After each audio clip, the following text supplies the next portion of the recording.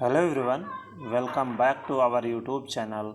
आज के वीडियो में बात करेंगे थोड़ा सा डिफरेंट टॉपिक पे।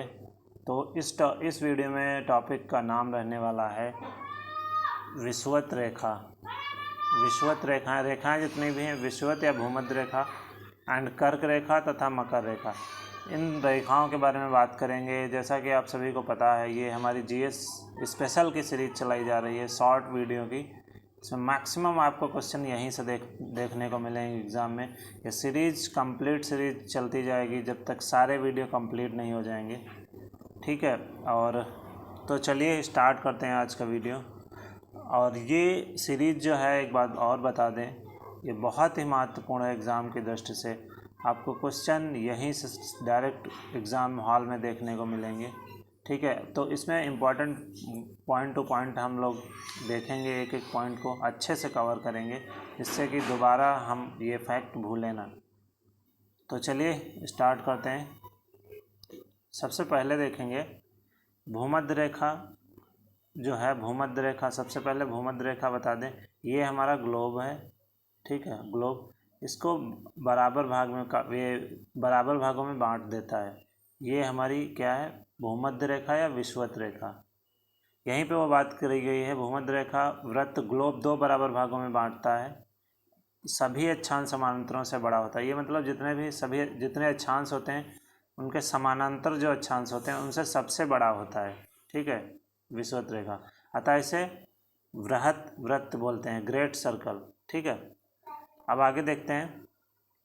पृथ्वी की भूमध्य रेखा जो इसकी लंबाई है, इक्वेटर की कुल लंबाई है, इसकी लंबाई 40,030.2 किमी है, ठीक है। ये लेंथ याद रखिएगा, 40,030.2 किमी। और नेक्स्ट पॉइंट है, विषुवत रेखा या भूमध्य रेखा पर वार्षिक तापांतर पाया जाता है। सबसे कम वार्षिक तापांतर पाया जाता है यहाँ पे। विषुवत रेखा, भूमध्य रेखा या भूमध्य रेखा पर सबसे कम, एक सेकेंड,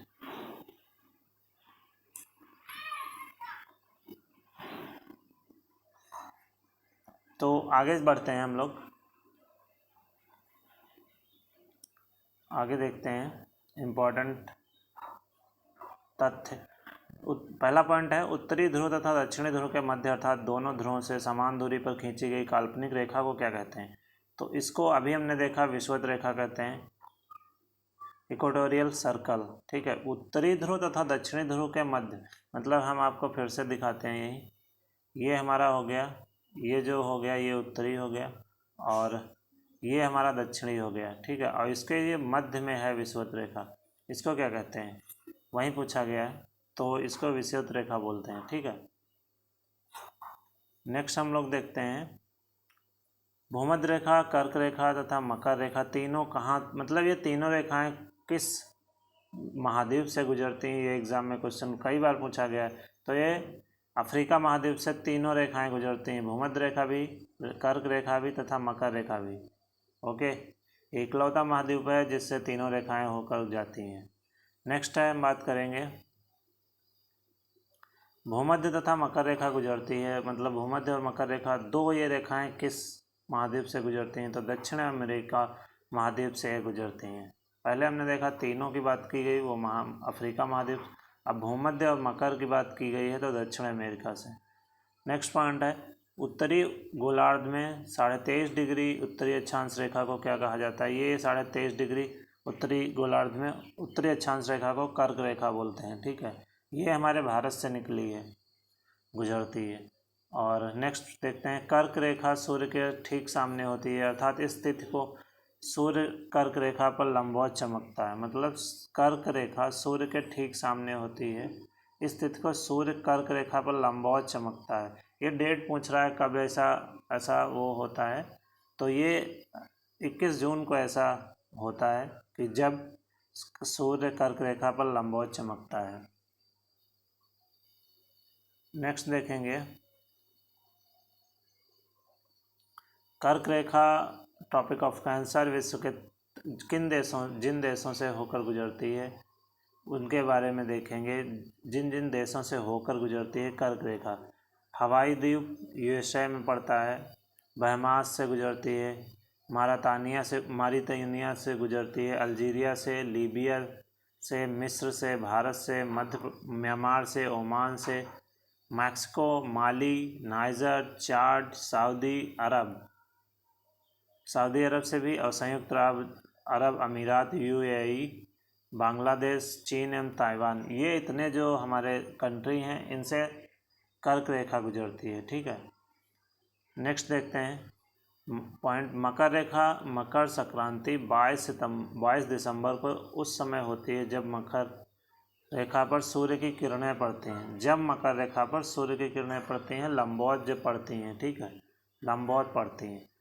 नेक्स्ट है दक्षिणी गोलार्ध में 23.5 डिग्री। अभी पूछ रहा था उत्तरी गोलार्ध में, ठीक है, अब पूछ रहा है दक्षिणी गोलार्ध में दक्षिणी अक्षांश पर 23.5 डिग्री रेखा को क्या कहा जाता है। तो उसमें था मतलब उत्तरी तो कर्क होगा, और इसमें है दक्षिणी तो इसमें मकर रेखा, टॉपिक ऑफ कैप्रिकॉर्न। ठीक है, नेक्स्ट चलते हैं। सूर्य की किरणें मकर रेखा 23.5 डिग्री दक्षिण अक्षांश पर लंबवत कब चमकते हैं। तो ये डेट याद रखिएगा, 21 या 22 दिसंबर को चमकती हैं। ठीक है, सूर्य की किरणें मकर रेखा पर। नेक्स्ट है इसी दौरान दक्षिणी गोलार्ध में निम्न वायुदाब अर्थात होती है ग्रीष्म ऋतु। दक्षिणी गोलार्ध में निम्न वायुदाब जब होता है तो ग्रीष्म ऋतु होती है। नेक्स्ट है इसी समय उत्तरी गोलार्ध में उच्च वायुदाब अर्थात शीत ऋतु होती है, क्योंकि कर्क रेखा पर सूर्य की किरणें पड़ती हैं। इसी समय उत्तरी गोलार्ध में उच्च वायुदाब अर्थात शीत ऋतु होती है। इसी समय उत्तरी गोलार्ध में उच्च वायुदाब अर्थात शीत ऋतु होती है, क्योंकि कर्क रेखा पर सूर्य की किरणें पड़ती हैं, ये तिरछी पड़ती हैं। ठीक है, लंबवत ना पड़ करके तिरछी पड़ती हैं। आगे देखते हैं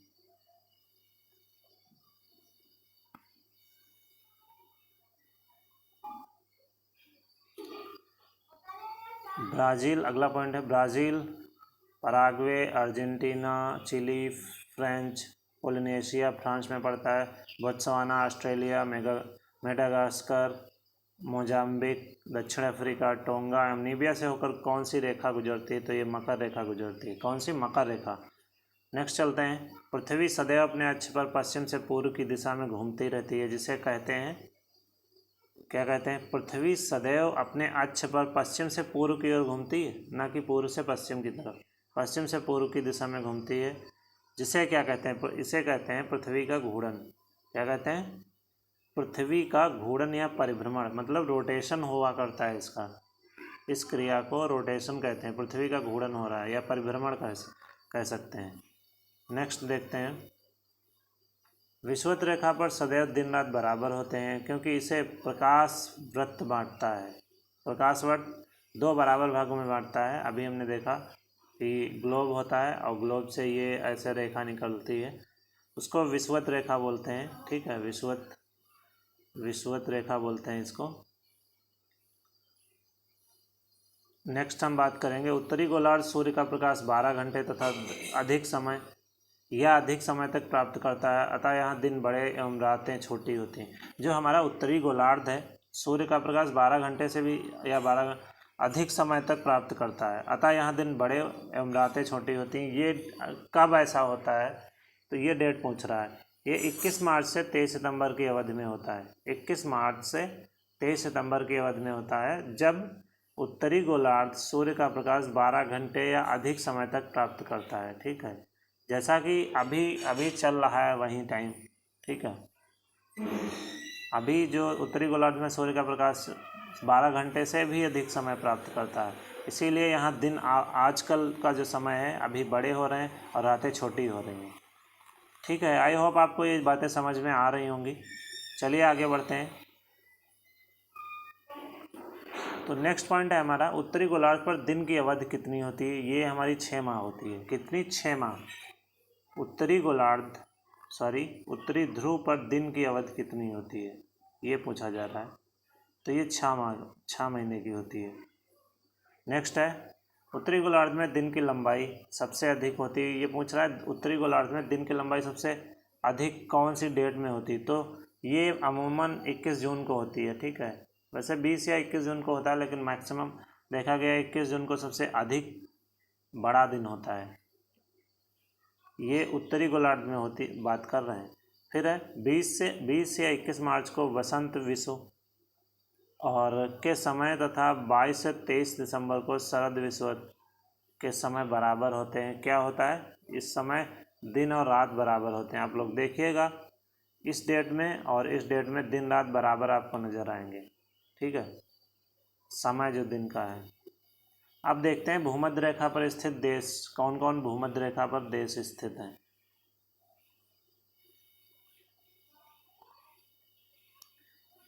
ये भूमध्य रेखा है हमारा। ओके, तो देखते हैं भूमध्य रेखा पे देश जो है हमारे कौन कौन से पड़ते हैं। सबसे पहले देखेंगे इक्वाडोर, जो ये है इक्वाडोर, और फिर देख लिया कोलंबिया दूसरे नंबर पे पड़ता है। ब्राज़ील तीसरे नंबर पे ये है, और गैबन चौथे नंबर पे ये पड़ता है, और कांगो गणराज्य ये है 5वां नंबर। 6 है, ये है 6 कांगो लोकतांत्रिक गणराज्य। इसके बाद में 7वां ये है युगांडा। 8वां केन्या ये है 8वां, और सोमालिया हमारा 9 नंबर पे पड़ता है ये। फिर है 10 नंबर मालदीव यहाँ पे पड़ता है। ठीक है, मालदीव। और उसके बाद में इंडोनेशिया 11 नंबर पे पड़ता है, और किरिबाती 12 नंबर पे पड़ता है। ठीक है, और सारोटोम और प्रिंसेस ये एक द्वीप है, ये आगे इसी में छोटा सा दिखाया गया है, सारोटोम और प्रिंसिप। ठीक है, आज इतना हमने देखा इसके बारे में। विषुवत रेखा और भूमध्य रेखा, कर्क रेखा, मकर रेखा, इन सभी के बारे में हमने देख लिया। जो इम्पॉर्टेंट चीज़ें हैं इनसे जैसे मतलब इन्हीं से क्वेश्चन कैसे बनते हैं, ये इम्पॉर्टेंट फैक्ट थे, सारे के सारे हमने देख लिए। तो आज यहीं तक रखते हैं, और अगले वीडियो में एक नए टॉपिक के साथ हाजिर होते हैं। तो थैंक यू और bye bye, take care. Channel पे अगर कोई नया हो तो सब्सक्राइब अवश्य कर दे। इसी तरह के वीडियो पाने के लिए और भी अलग तरह के वीडियो मिलेंगे आप सभी को, तो आप सभी के लिए वो उपयोगी साबित होंगे। तो आप लोग इसको सब्सक्राइब कर लें और बेल आइकन प्रेस कर लें। ठीक है, तब तक के लिए bye bye, take care, love you all.